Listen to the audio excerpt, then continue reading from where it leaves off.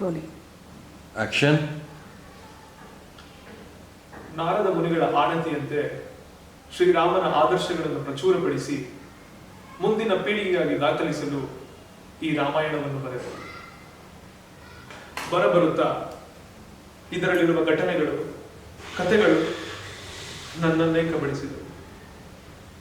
ಆ ಬೇಡನು ಗಂಡು ಕ್ರೌಂಚ ಪಕ್ಷಿಯನ್ನು ಸಾಯಿಸಿದಾಗ ಹೆಣ್ಣು ಕ್ರೌಂಚ ಪಕ್ಷಿಯ ಆರ್ತನಾದ ನನ್ನ ತುದಿಗಿಡಿಸಿತು.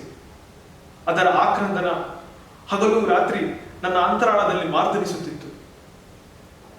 ಆ ಬೇಡನಿಗೆ ನೀನು ವಿರಹಾಗ್ನಿಯಲ್ಲಿ ಬೆಂದು ಹೋಗು ಎಂದು ಶಾಪವನ್ನೇನೋ ಕೊಟ್ಟು ಬಿಟ್ಟೆ.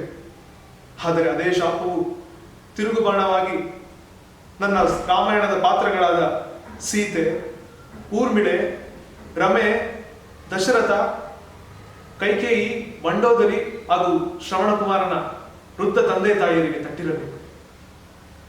ಬೇಡನು ತನ್ನ ವೃತ್ತಿ ಧರ್ಮವನ್ನು ಪಾಲಿಸಿದ್ದಕ್ಕೆ ನಾನೇಕೆ ಅವನನ್ನು ಶಪಿಸಿದೆ?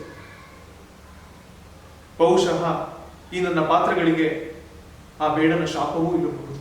ಶ್ರವಣನ ಮರಣದಿಂದ ಅನಾಥರಾದ ವೃದ್ಧ ಪಾಲಕರು, ರಾಮನ ಅಗಲುವಿಕೆಯಿಂದ ತೀರಿಕೊಂಡ ದಶರಥ, ಲಕ್ಷ್ಮಣನಿಂದ ದೂರಾಗಿ ಅತಂತ್ರ ಸ್ಥಿತಿಗೊಳಗಾದ ಊರ್ಮಿಳೆ, ಭರತನನ್ನು ಕಳೆದುಕೊಂಡ ಕೈಕೇಯಿ ಹಾಗೂ ರಾಮನಿಂದ ತ್ಯಜಿಸಲ್ಪಟ್ಟು ವನವಾಸಕ್ಕೊಳಗಾದ ಸೀತೆ, ಇವರ್ಯಾರೂ ನನ್ನನ್ನು ಕ್ಷಮಿಸುವುದಿಲ್ಲ. ಆದರ್ಶ ಮಹಾಕಾವ್ಯವಾಗಬೇಕಿದ್ದ ಈ ನನ್ನ ರಾಮಾಯಣ ವಿಯೋಗ ಕಾವ್ಯವಾಯಿತು.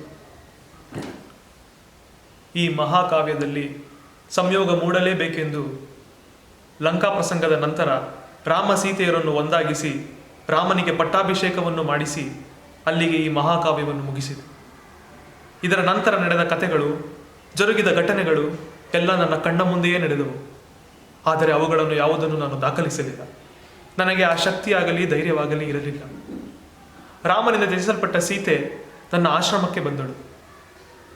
ಮುಂದೆ ನಡೆದ ಘಟನೆಗಳೆಷ್ಟೋ, ಕಥೆಗಳೆಷ್ಟೋ, ವ್ಯಥೆಗಳೆಷ್ಟೋ.